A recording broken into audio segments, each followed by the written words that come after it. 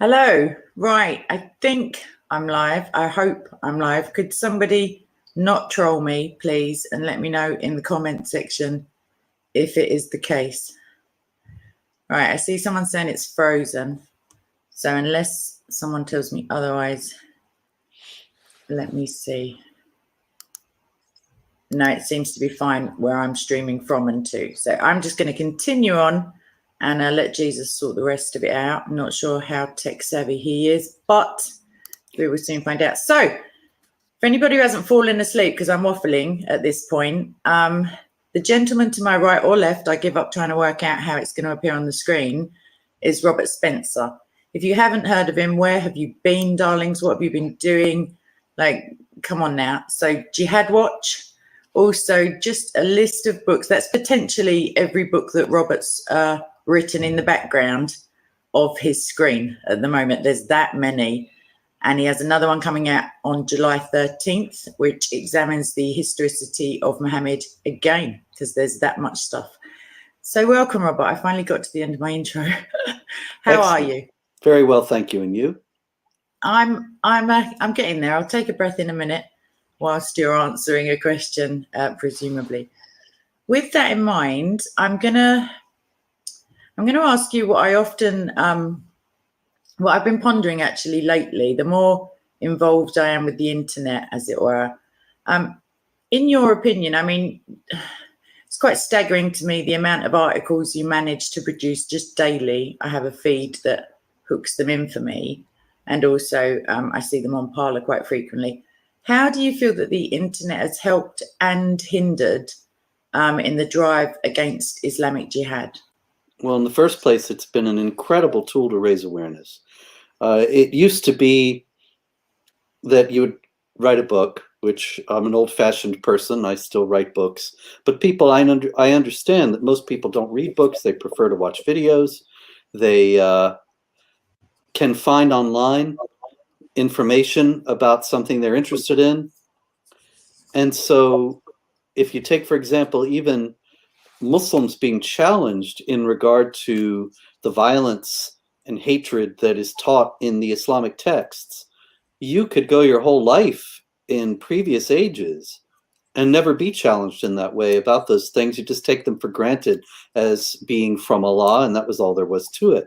And of course, there are many people who still feel that way, but at the same time, the internet has opened the whole world up so that in Saudi Arabia or Iran or Pakistan, with just a few clicks, you can find material that is absolutely mind-blowing and challenging to people who don't want to be in favor of a system and an ideology that mandates warfare and violence against those who are not inside the fold.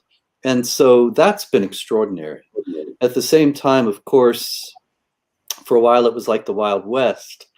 And in the 19th century in the United States, when the settlement of the Wild West was going on, it got the term wild, got the name wild, because there was very little legal superstructure. People tended to have to fend for themselves. So you had gunfights on the main street and all that sort of thing that we know from the movies. Now, that's how the internet used to be. There was all sorts of things everywhere that were not regulated. And so people said crazy things, people said true things, people said every shade of everything else in between, false and true. And at the same time now, you have a centralization and a crackdown on that wildness and openness, and people who have appointed themselves to be the arbiters of what can be said and what cannot be said. And so now we're coming into an age of censorship and totalitarian control that is aligned with the people, the powers that are bringing this about are aligned with the jihad force. Consequently, it's harder now to get information about jihad activity. Even my own site, Jihad Watch, I can give you a personal example. Jihad Watch for years, for many years, was on the top of Google's search if you searched for jihad. Not for Jihad Watch, of course it would be for that too, but just jihad. because what Google was doing was putting up the sites that were most congruent with the subject matter of what was being searched for and were most popular. And it was a popular site that talked about jihad. So when you searched for jihad, you would get Jihad Watch. A few years back, an imam in Texas, Omar Suleiman, demanded that Google change that because he said it was Islamophobic, and that true information about jihad should be put up front and center, by which, of course, he meant lies about jihad, articles about how Islam is a religion of peace and how nobody who reads the Quran would ever get the idea that harming anyone was justified, and all that sort of nonsense. And Google fell into line immediately, such that now when you search for jihad, you get page after page of apologetic Islamic material. Apologetic, of course, I mean in the sense of not of saying I'm sorry, but in the sense of trying to give reasoning for why it's really good what's being done. It's all the violence is justified, or it's not really there at all, or it's something else, or whatever. And Jihad Watch doesn't come up until, I don't even look, but I haven't looked in years. But last I looked, it was about page 10, and it's probably farther back now. This is all part of a larger initiative to bury the truth about Islam and jihad, and about Sharia oppression of women and other groups. And so the internet has been kind of a double-edged sword. It has raised awareness to a tremendous degree, but now it is being used to spread misinformation and disinformation about this crucial issue and others as well. Yeah, I imagine, I mean, I'm not, I haven't looked into it too deeply, but I imagine potentially 100 years ago even, there could be, small groups of ultra militant jihadists in, I don't know, Africa, the Middle East, somewhere. And even though they may have their triumphs / massacres or, mass killings, they wouldn't get the pat on the back or the access to resources or the people doing apologetics for them or censoring the truth elsewhere, etc. And they may be forgiven for thinking that potentially they're out there alone, like flying the flag and doing whatever they're doing. So that's definitely a downside, that people, potentially young men who are just maybe getting into adolescence in their bedroom in like leafy suburbs of England can be watching directly jihadists who have grown up, maybe as child soldiers, or it's just, I mean, in that respect, it's a huge negative.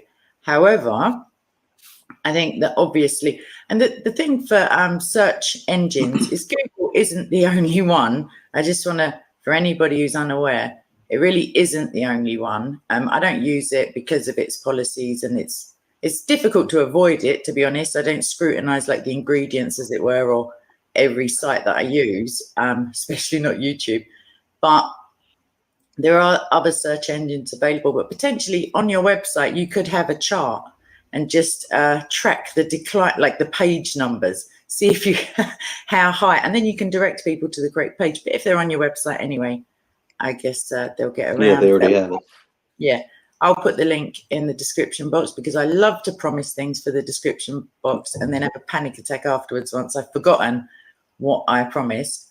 How important do you think Christianity is, A, in the struggle, no pun intended, against jihad, and B, in the struggle for the truth, to remain the truth and uncensored? Well, it's an interesting thing. I recently did a show with a reporter in India, and she asked me the same thing in regard to Hinduism. And about secularism, we agreed, she and I, that if you don't really have any principles or beliefs of your own, it's very hard to rouse yourself to defend what you have if you don't count it as anything, if it doesn't have any content. In other words, a lot of people nowadays, they like to blame Christianity for the spread of Islam in Europe, because the Pope has trying to shame people into thinking that it's unchristian to oppose mass Muslim migration, and because Christianity does teach to welcome the stranger and give sanctuary to refugees, and so on and so on. That's all true. And yet it's also true, and I think overlooked by a lot of these critics, that when Europe was Christian in a much stronger way than it is now, then it stood up to the jihad and resisted it and drove the jihadis out of France and ultimately drove them out of Spain and also even drove them out of large portions of Eastern Europe that they had occupied. That was done sometimes explicitly under Christian auspices. And because of the idea that the Christianity called for defense for the sake of one's family and one's neighbors, for the defense of one's homeland. Nowadays, you have the Pope saying just the opposite, that one should not defend one's home, that it's unchristian, that one should turn over one's home to strangers who seize it from another land. And that's the Christian way. It's no wonder that people are upset with Christianity. But it was only when Europe discarded Christianity and became atheist to a tremendous degree that this all started, that the jihad started to be advancing in Europe and mass migration began. And I think it's the same thing as I was discussing with this lady in India. It's the same thing with Hinduism. If people have a sense of their own values, of their own heritage, of their own culture, and their own way of life as being something worth defending, then they'll defend it. But if they say that, well, no, our land is not really a land for our people. Our land is a land for anybody in the world who wants to be here and for any value system that they want to bring, then obviously you're not going to stand up and defend your land on that basis. You're going to think it's racist or bigoted or chauvinistic or whatever, Islamophobic to do so. And that's what we see in the West today.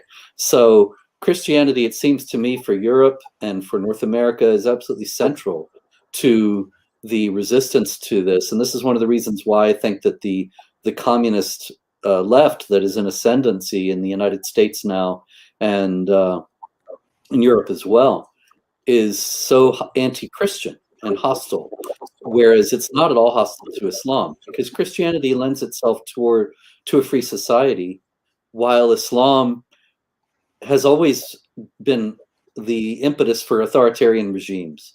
There was only one non-authoritarian regime, and that was Turkey, secular Turkey, and secular Turkey is on its way out now. So, and it's re-Islamizing. So Islam lends itself to authoritarianism. If you're a bunch of authoritarians, that might be just the religion you want to encourage, whereas Christianity you want to stamp out. At very least, that's how the leftists who are in charge now are behaving. Yeah, I think there's definitely something. I mean, they may be biting off more than they can chew if they're, non-theologically, like if they just want a religion that marries up with their views on the worth of people, basically, and how to get them all, pretty much like the Roman Empire. You just want people to do what you say when you say, and in large groups. I mean, Martin Luther, I've read and reread his stuff on the war on Islam, and I was like, is this really 500 years plus old? It sounded so awfully familiar. I mean, on one hand, it was strangely comforting that we hadn't progressed so far in those 500 years, that it hadn't, because it seems, I guess, to everybody who comes in, nobody kind of stumbles into the air, like the topic, the subject area. You kind of like get a sharp shock, and then you realize how much we're deceived in the West with the mainstream just not covering, for example, Christian persecution, but, ad nauseum covering stuff and slandering people and painting them in a light that they must be these trigger words. They must be racist. Like you said, Islamophobic, that's a joke. But so in terms of foreign policy, so Martin Luther wrote that. Speaking of the pontiff, as it were, have you found within the last, month, since the trip to the Middle East during Corona, let's not go there, do you find that now the increased Catholic awareness of Christian persecution, at least, has that changed anything for you? Because not that I've seen. No. Maybe I missed it, but it seems to me it didn't accomplish anything. As I wrote at the time, that those kinds of meetings are all just about making everybody who's participating feel good. That's all they do. The Pope, of course, is on record saying that authentic Islam and the proper reading of the Quran reject every form of violence, which is flatly false. And to say such a thing is actively misleading to people and is dangerous because it makes them complacent in the face of an advancing threat that does not have their best interests at heart. And so, you know, there was a lot of high hopes about his trip to Iraq, and the Christians in Iraq who have suffered terribly, saying that they were going to move back, some of them who had left, and they had high hopes that this was going to be the end of the persecution. I'm afraid that I certainly wish them well, and I hope they're right, but I'm afraid they might not be, because the Shiites, the Pope met with the Shiite leader, Ayatollah Sistani. The Shiites invented the idea of taqiyya, of deception of those who are outside the fold, deception in order to advance the protection and strength of the religion itself. Taqiyya is a very central Shiite concept, and so it's very hard to say that. I know people will say, "Oh, see, you're a racist, bigot, Islamophobe because of this," but look, if somebody has a doctrine, get the Quran verse down now, if anyone's in any doubt. Yeah, 328. If somebody has a doctrine that says you can lie to people and that that's good under certain circumstances, and then you have a guy who is dedicated his life to spreading this doctrine, and then you suggest maybe he's not telling the truth, then it's your fault and you're an Islamophobe. But really, it's just common sense. Suspicious mind you have, such a cynic. How could you? Someone's lying day after day. Yeah. Do you think, without going too sort of sectarian, do you think that it's possible, because of the Pope's age, like physically, and the fact that he's kind of cloistered in the West, as it were, do you think there's even a slim chance that he's genuinely unaware of things such as taqiyya, things such as Surah 929? You know, do you think he's that like cut off from? I mean, lots of people are. It's a forgivable situation. Yeah, I wouldn't be in the least. I would be very surprised if I were to learn that the Pope had actually ever opened up a Quran and read even part of it. I'd be very surprised if he had ever made any kind of study of Islam. What I expect happened, what I think is almost certain to have happened, was that he was told by At-Tayyib, the Grand Imam of Al-Azhar, the Grand Sheikh of Al-Azhar, Ahmed At-Tayyib, he was told by At-Tayyib or somebody that authentic Islam and the proper reading of the Quran reject every form of violence, and he put it down in his document, his apostolic exhortation. I think that whoever told him, whether it was a Catholic so-called expert on Islam or whether it was a Muslim leader that he's been dealing with, they probably knew that what they were telling him was false, but they hoped that he would propagate it, and he did. I think that he's very happily serving as a useful idiot for very nefarious forces. I think that's probably a relief for Catholics if they go along with that concept, because I know there's been talk how, you know, how genuine it is of like some sort of merging of religions. And I wonder, does the Pope realize that, you know, Isa is not crucified in the, like all of these little, you know, I could write to him actually. His address is known in the public sphere. Anyone else who's watching can write to him with some verses. You'll never see any letter like that. It'll be circular filed long before it gets to him. Well, we can pray for him then. I don't know how strong the defences are around the Vatican for that sort of thing. Maybe it'll be magnified by all the pilgrims there. Let me come on to another question before I say something that I don't want to about a Christian. Are there trends in jihad? I don't mean like colour arrangements and hairdos, but are there broad trends? That would just be too good. But yeah, are there broad trends? And if so, is anything in particular in vogue at the moment, or do they come and go? Like, you know, is it like flares, for example? Do they just go off and then come back in style again? Yeah, sure, there are trends. For example, a few years back, ISIS, the Islamic State, published a call for vehicular attacks, saying, run them over with your car. If you don't have a gun and you don't have a knife, run them over with your car. And there was a spate of such attacks. There were some in Britain, there were some in America, there was one in Ohio, there have been many in Germany, there were some in Israel. I think, yeah. And there was one just recently, I don't remember where it was, but it wasn't that long ago. But it was the first one for a while. And I think that there was a vogue for that sort of thing for a while, and then it died down, which is not to say we'll never see it again by any means. And the knifings, it's the same thing. There was a spate of people knifing random people on the street, which also happened in Britain and elsewhere. We have that daily. Yeah. Just London, at least 7 people have been stabbed pretty seriously in the last week. It's just, but they're not, there's no indication that it's anything to do with Islam. Mainly it's to do with, I don't know, young people and knives. So yeah, well, that's one thing, but certainly there was a time when jihadis were encouraging that sort of attack, and then we saw a good bit of it. Yep. So, funnily enough, we were just speaking before I pressed the button, as it were. I saw a thing just slide across my newsfeed about Afghanistan. It was reported today, another car bomb. The word "another" wasn't in the title, but when I tried to Google it, I've got a copy of it open anyway, but just so many different car bombings in Afghanistan in the last, like a month ago, 5 months ago, 6 months ago.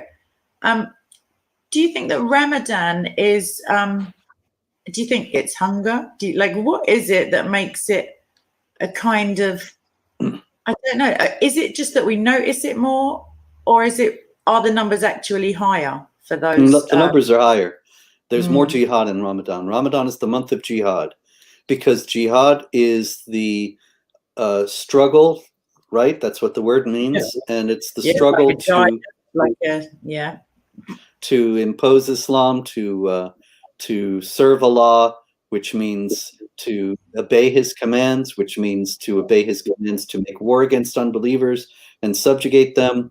And what is Ramadan? Ramadan is the month in which Muslims are supposed to redouble their faith in Allah, to work harder than usual to please him. Muhammad in a hadith was asked, what is a deed greater than jihad? And Muhammad said, I do not find such a deed. So what better time to do the greatest deed of all, jihad, than Ramadan? Ramadan being the month in which you were trying to serve Allah, and the best way to serve Allah is jihad. So you're going to see more jihad in Ramadan. And yet it's portrayed, shock horror, incorrectly as it were, as some sort of time of, I don't know, like penance or quiet reflection, or denying yourself, feasting in the evening certainly, but it's just bizarre. Very recently, some American foreign policies have been, I don't know about overturned, but they've been Bidenized, as it were. Trump was getting on pretty well, as far as as a superficial observer I can see, for certain, Israel and their kind of ties within the Middle East. Do you agree, at least, that foreign policy for countries such as Britain and America should recognize regimes that uphold or turn a blind eye to Christian persecution? Not necessarily, although often, 7 of the top countries for persecution are Islamic.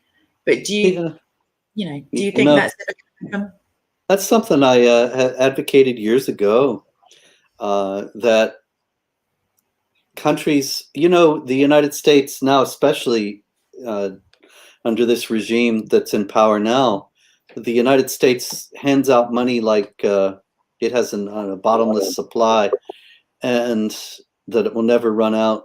And a lot of it goes to regimes that are not our friends and not going to be our friends. And some of them are actively abetting jihad activity, like Pakistan. And so I had years ago said that there should be no aid given to any country where Christians are persecuted, where anybody else is persecuted. Iran persecutes the Baha'is, then they don't get any aid either. They don't have a nuke deal, nothing until they have a spotless human rights record. And I mean, I know we have to live in the real world. I understand that. We have to play realpolitik. We have to deal with the fact that none of these regimes are perfect. That is true.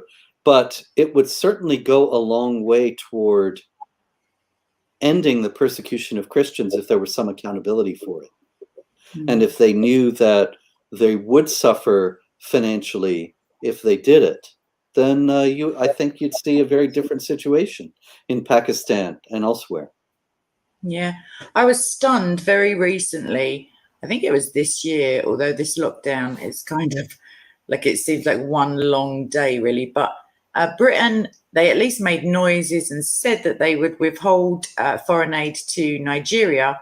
And what stunned me was that they actually referenced Christian persecution in their reasoning, whether they just mean a cut in pocket money or whether they mean, complete withholding of funds and stuff like that. I was pretty encouraged, and then nothing really changed at all.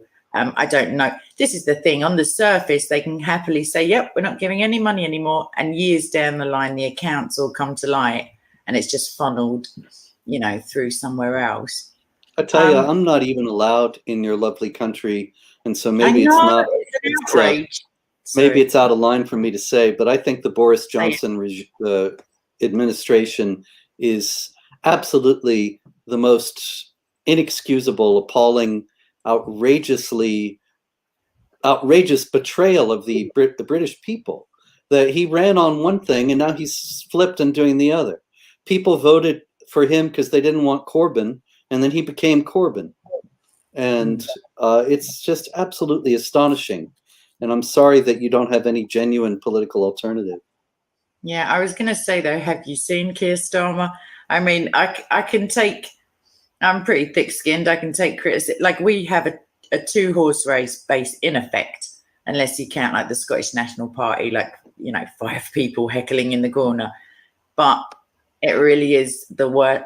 At least we have vocal Christians in the Conservative Party who are unapologetic in their stance on, for example, abortion or things like that. But, COVID aside, I'm sure he was busy having it and then making silly comments about it and then overseeing But every day I put up a story at Jihad Watch. 100 more migrants arrive across the English Channel. 300 more across the English Channel. And he's not doing anything but putting them up in hotels.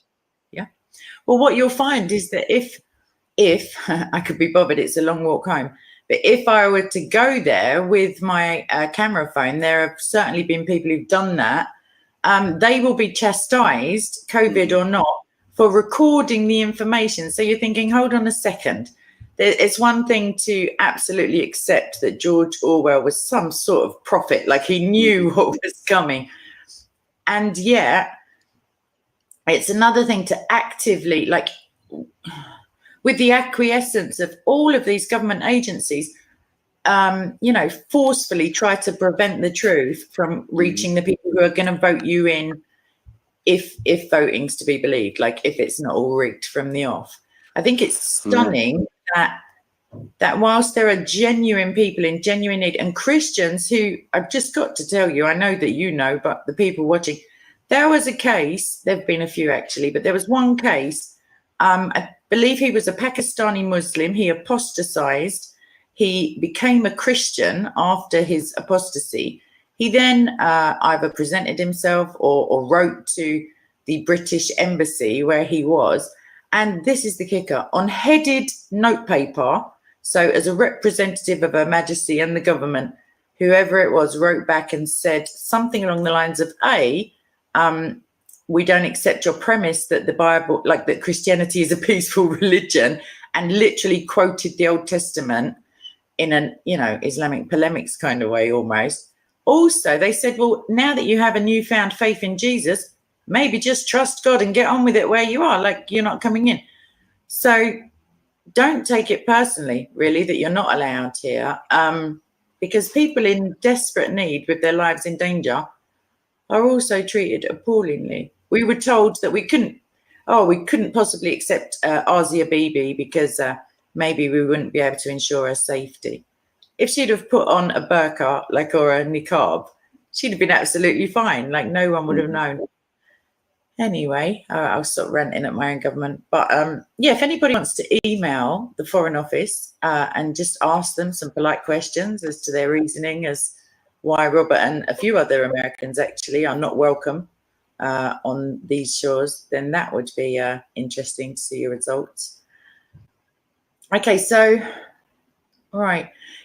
So do you think it's for example, Boko Haram, I think, or ISWAP, their stats, as it were, in the league table, they kill 60% of their kills are Christians, and 40% are other people who would call themselves Muslims. They don't see them, I don't think, as Muslims, but they are Muslims.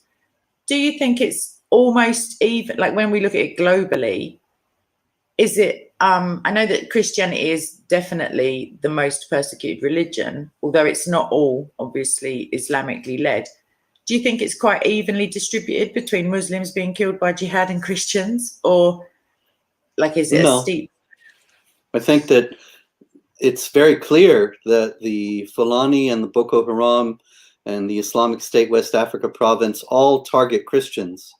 They only target Muslims who they consider to be, as you noted, considered to be heretics or apostates, those who have rejected their authority and so on. But they really want to drive the Christians out of Nigeria altogether. And so it's much more of a question of persecution of Christians.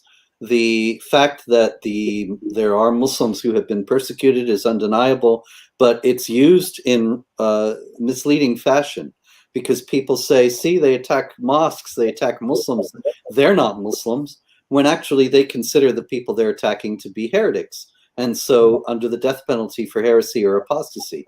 And so it's because they're Muslims that they're attacking these other people that they don't consider to be sufficiently Muslim. But their primary target is very clearly the Christians.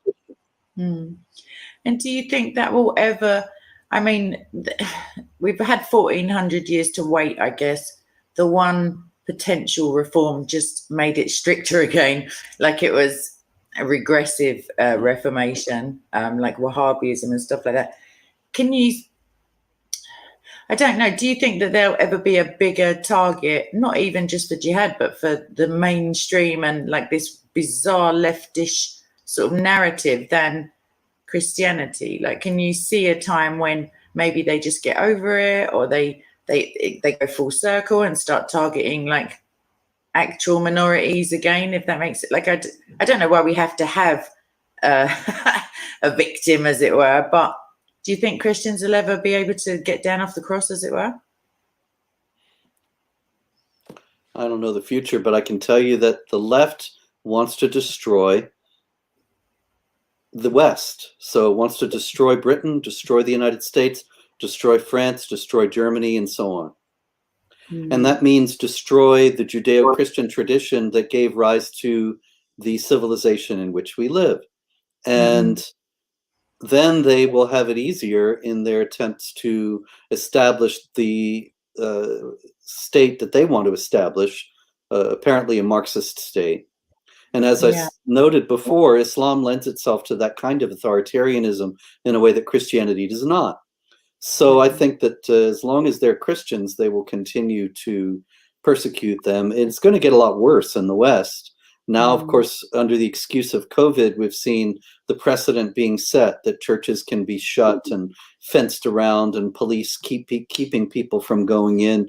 We haven't seen remotely the last of that. We've just seen the beginning of it.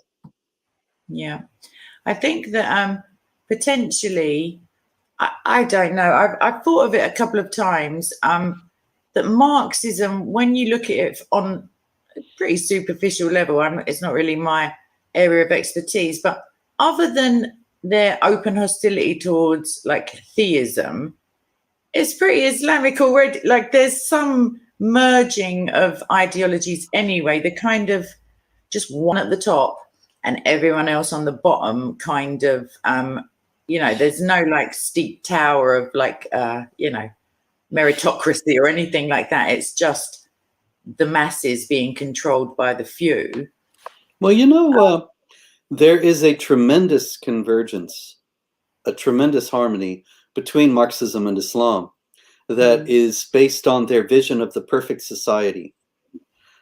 Christianity, and this is another reason why they want to stamp it out, says that you'll never have a perfect society on earth, that there is no, because of the reality of sin in every human heart, you're never going to have a perfectly just society. Whereas Marxism says, yes, you'll have a just society on earth, the dictatorship of the proletariat. And the dictatorship of the proletariat, whenever Marxists have taken power and tried to impose it, they have ended up doing so by a reign of terror. Yeah. It's the perfect society, the just society, that they'll kill you if you get out of line. And so it's the same thing in Islam. Sharia is also the perfect society on earth. And when Sharia is imposed, that is, as far as Muslims are concerned, the perfectly just society insofar as it is fully imposed. But then what if you get out of line? Then you're stoned to death, or your hand is amputated, or whatever else, you're beheaded, whatever else that is the prescribed punishment for what you've done. So both Marxism and Islam have a vision of a perfect society here on earth enforced by a reign of terror. So that's why they're brothers. What's bizarre is that, I don't know if I could say this for Marxists, because they're usually so far gone that there's little ground to actually communicate. Like, it just seems very hysterical lately, like anything that's sort of born of Marxism. But I don't know about the majority, but for example, I've spoken to many Muslims who've said, who my daughter, 9 years old? Oh, no. Like, been quite open about, I wouldn't do that. And it's rare, actually, maybe for bravado, but it's rare that I speak to a Muslim who says, oh, Sharia, love it. I'd love to have it in my area, and we'll just do a test scheme. Just have it in my few streets, really. We'll see how the beheadings go, and we'll let you guys know. Like, nobody, not in their right mind, that's not the right phrase, but nobody seems to voluntarily request it. It seems, as in Marxism, to be imposed from the top down. I wonder how they've gotten away with this propaganda, like how this, I mean, obviously if you leave, you can be killed and like stuff like that, but I don't know how they get away with everyone just going, oh, is this how it is now? Okay. Oh, we're in Iran, are we? Oh, the 70s are finished. Okay, then let's all just is it just fear, do you suppose? And is it because Christianity is, founded on love, that's why it's such a threat, because it casts out fear perfectly? Well, that's another thing. Islam is based on fear. Islam is all about fear. And it's not just fear that your hand will be amputated. I tell you, I had a friend who worked in Saudi Arabia for a few years, and he said that everybody, when they had the call to prayer, would get up and leave their businesses and go to the mosque. And even the jewelry stores were right there open with the door wide open and nobody inside. But everybody knew nobody's going to steal anything because they were afraid. They were afraid that they'd get their hand cut off, not because it's a virtuous society. It's a society based on fear. And all of Islamic law is based on fear because of the great punishments that come. And then there's also the eschatological fear. In Iran, the Islamic Republic came in, like you noted, and made the women wear hijab. And there were a lot of protests. You can see pictures online of thousands, tens of thousands of Iranian women protesting against having to be forced to wear the hijab. But in the first place, they were looking at 10 to 20 years in prison, and torture in prison, rape in prison. And then also, they were told by the mullahs that if you don't wear the hijab, you're going to be hanged upside down by your hair in hell and roasted there and tortured forever for not wearing your hijab. So you see, it's all fear. of different kinds, but it's a very powerful motivator, fear. Yeah, I think potentially you've hit on it.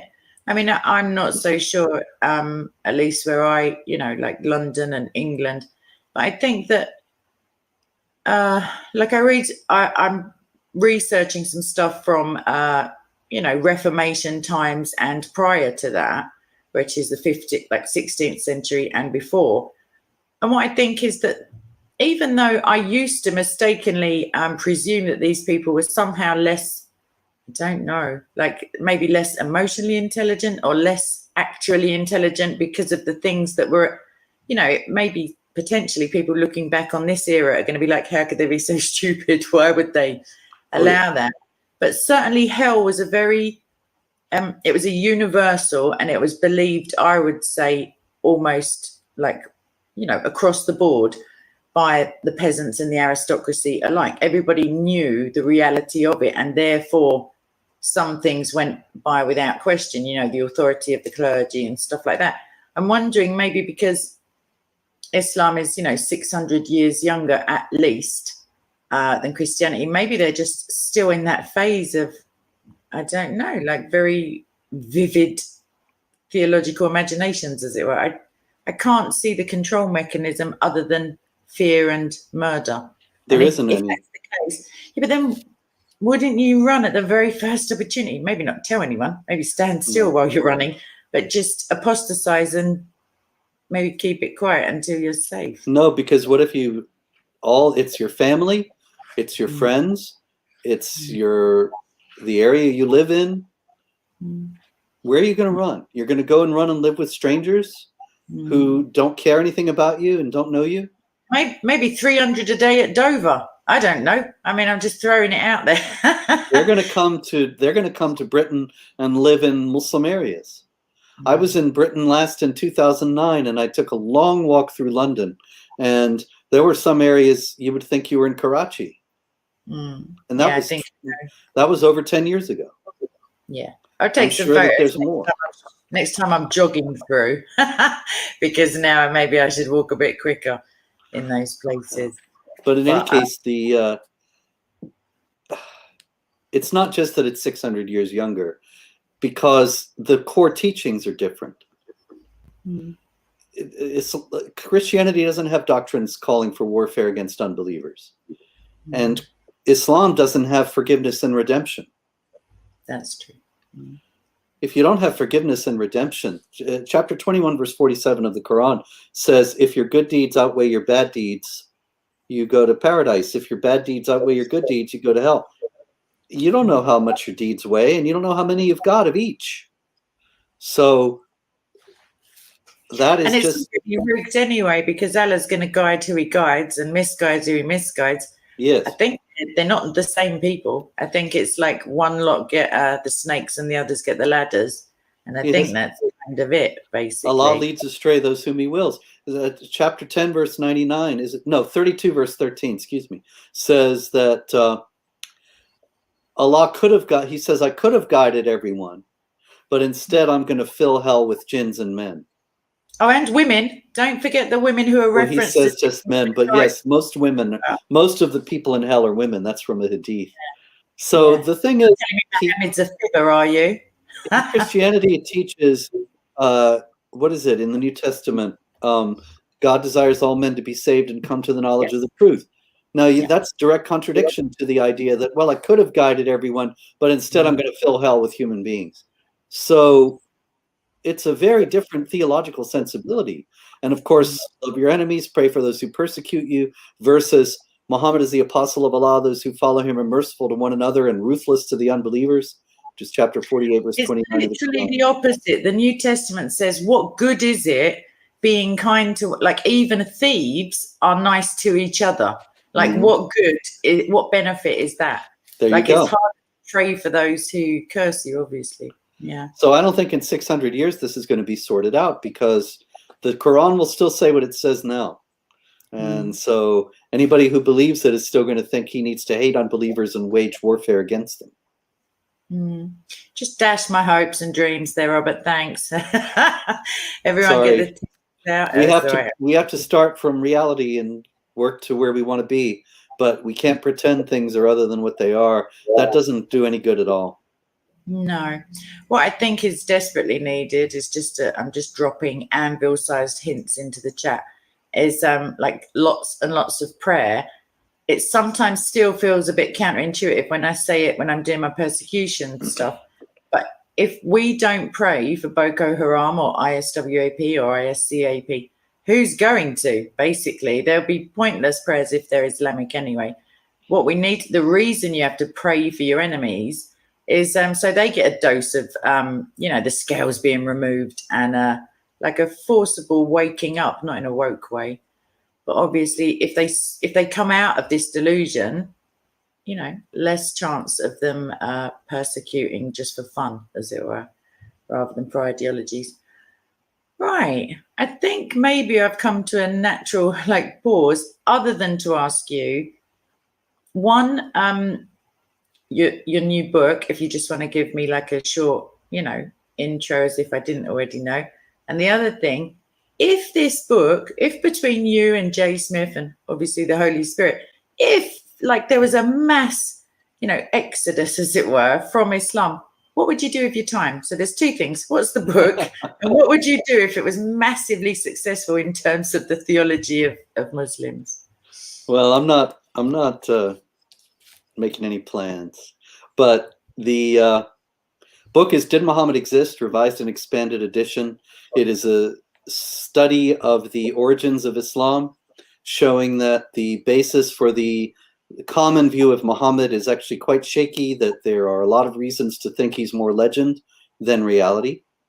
I wrote this book 10 years ago, but there is so much that has come out in this field since then. I was able to write a revised edition, 25% new material, and it'll be out in July. You can see on the screen, actually, I'm not quite sure how to point to it. It's over here.